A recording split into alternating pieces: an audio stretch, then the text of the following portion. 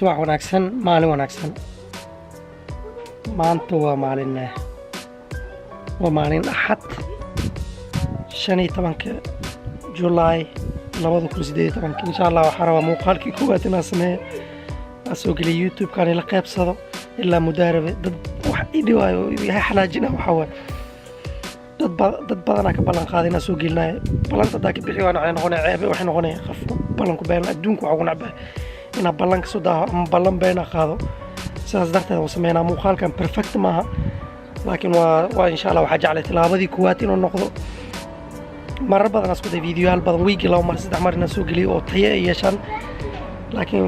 maalin isu dhiibay sama soconayso marka waxa isku day insha Allah maalin walba inaan soo geliyo